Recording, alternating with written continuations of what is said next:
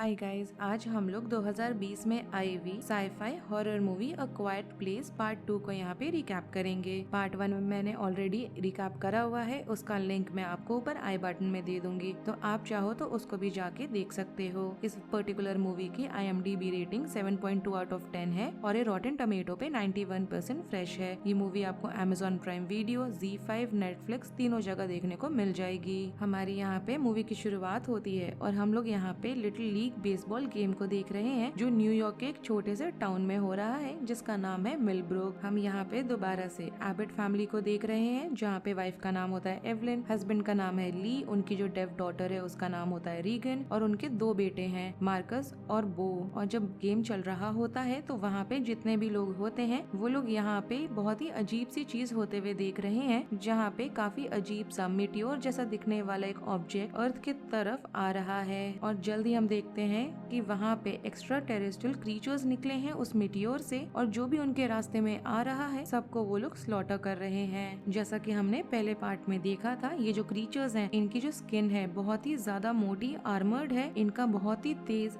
Speed है और इनमें बहुत ज्यादा ताकत है और डिस्पाइट के ये लोग कुछ देख नहीं सकते मगर आवाज के तरफ ये लोग बहुत ही ज्यादा हाइपर सेंसिटिव हैं। हमें यहाँ पे 1 साल बाद का दिखाया जाता है जहाँ पे जो क्रीचर्स हैं उन्होंने ज्यादातर अर्थ के पॉपुलेशन को मार दिया है और साथ ही साथ ली और बो को भी मार दिया है। रीगन को यहाँ पे मालूम चलता है कि जब हाई फ्रीक्वेंसी में ऑडियो का फीडबैक चलता है तो ये जो क्रीचर्स हैं ये बहुत ज्यादा डिस्ट्रेस्ड होते हैं, इसीलिए वो अपने जो इम्प्लांट होता है हियरिंग वाला उससे एक मेकशिफ्ट मेथड से ट्रांसमिशन बनाती है उस नॉइज को लेके और उसको एम्पलीफाई करती है माइक्रोफोन के इस्तेमाल से। अब हमने पिछली मूवी में देखा था कि इनका जो पूरा घर है वो खत्म हो जाता है तो ये सारे निकलते हैं एक नई लोकेशन को ढूंढने के लिए और ऐसा करने के प्रोसेस में उनको ये भी होता है कि और जितने लोग सरवाइव कर रहे हैं उनको भी वो ढूंढ सके। अब ये लोग एक जगह पर आते हैं जो वो जगह एक्चुअली फेंस्ड ऑफ होती है और एवलिन यहाँ पे जब आती है अंदर तो वहाँ जो सिक्योरिटी अलार्म होता है उसको गलती से वो सेट ऑफ कर देती है और पास में जो क्रीचर्स होते हैं वो इसको सुन लेते हैं और इनके तरफ आने लगते हैं। ये लोग अपनी जान बचा के भागते हैं तो मार्कस यहाँ पे एक बेयर ट्रैप होता है उस पे गलती से पैर रख देता है और क्रीचर का यहाँ पे उस पे ध्यान चला जाता है क्योंकि यहाँ पे वो दर्द में चिल्ला रहा होता है।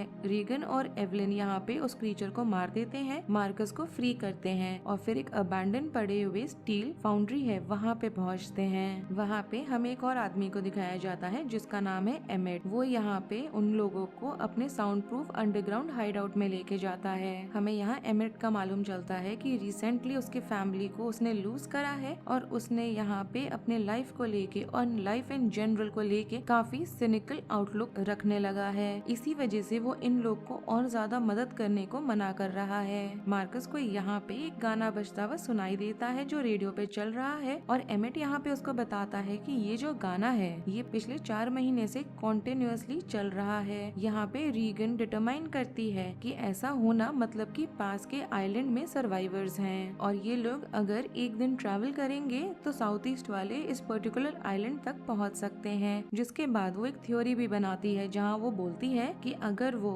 उस आइलैंड के रेडियो को किसी तरह से मैनेज करती है पहुंचना रीच करना अपने हियरिंग एड के हाई फ्रीक्वेंसी नॉइज का इस्तेमाल करके तो ये ब्रॉडकास्ट कर पाएगी इस चीज को बाकी सारे सर्वाइवर्स को कि इस चीज का इस्तेमाल करके वो लोग अपने आप को वेपनाइज कर सकते हैं क्रीचर्स के अगेंस्ट। वो यहाँ अकेले निकलती है उस आइलैंड के तरफ और एमेट यहाँ पे उसको एक क्रीचर से बचाता है। यहाँ पे रीगन उसे परसुएट करने लगती है कि वो उसके मिशन में उसकी मदद करे। एवलिन यहाँ पे मार्कस और न्यूबॉर्न बेबी को फाउंड्री पे ही छोड़ती है जिससे कि वो पास के शहर में जाके मेडिकल सप्लाईज लेकर आ सके। मार्कस को यहाँ पे एमेट की वाइफ की डेड बॉडी भी मिलती है और उसको देख के वो बहुत ज्यादा डर जाता है और डरने की वजह से पास में जो क्रीचर होता है वो उसको सुन लेता है और यहाँ पे उसने गलती से अपने आप को और उस न्यूबॉर्न बेबी को एयरटाइट कंपार्टमेंट के अंदर लॉक कर लिया है। हम यहाँ पे दूसरी तरफ रीगन और एमेट को देख रहे हैं जो फाइनली मरीना तक पहुँचे हैं बोट को लेने के लिए जिससे कि उस आइलैंड पे वो लोग जा सके। वहाँ पे कुछ बैंडिट्स होते हैं वो इनको अटैक कर देते हैं और एमेट यहाँ पे जानबूझ के क्रीचर्स को अट्रैक्ट करने लग जाता है जिससे कि वो क्रीचर्स वहाँ आके उनके अटैकर्स को वो लोग स्लॉटर कर दें। ये लोग देख रहे होते हैं यहाँ वो रियलाइज करता है कि एक क्रीचर पानी में ड्राउन कर रहा है तो उसको मालूम चलता है कि एक्चुअली में ये जो क्रीचर क्रीचर्स हैं ये स्विम नहीं कर सकते। जिसके बाद ये दोनों एक बोट लेते हैं और उसको लेके वो लोग आइलैंड पे जाते हैं, जहाँ उन्हें मालूम चलता है कि एक छोटी सी कॉलोनी है सर्वाइवर्स की और वो लोग अपनी लाइफ वहाँ पे बहुत नॉर्मली जी रहे हैं। कॉलोनी का जो लीडर होता है वो यहाँ पे बताता है कि जो यूएस गवर्नमेंट है उनको जब मालूम चला था कि ये जो क्रीचर्स हैं ये स्विम नहीं कर सकते, तो उन्होंने यूएस नेशनल गार्ड को बोला था कि वो लोग कोशिश करने लगे लोगों को आइलैंड में शिफ्ट करने का, मगर इतना ज्यादा कियोस हो गया था बोर्ड करने के टाइम पे कि क्रीचर्स वहाँ पे साउंड से अट्रैक्ट हो गए थे और इसी के वजह से 2 ही बोट आइलैंड तक पहुँच पाई। एवलिन यहाँ पे वापस आती है और अपने बच्चों को फ्री करती है इसके पहले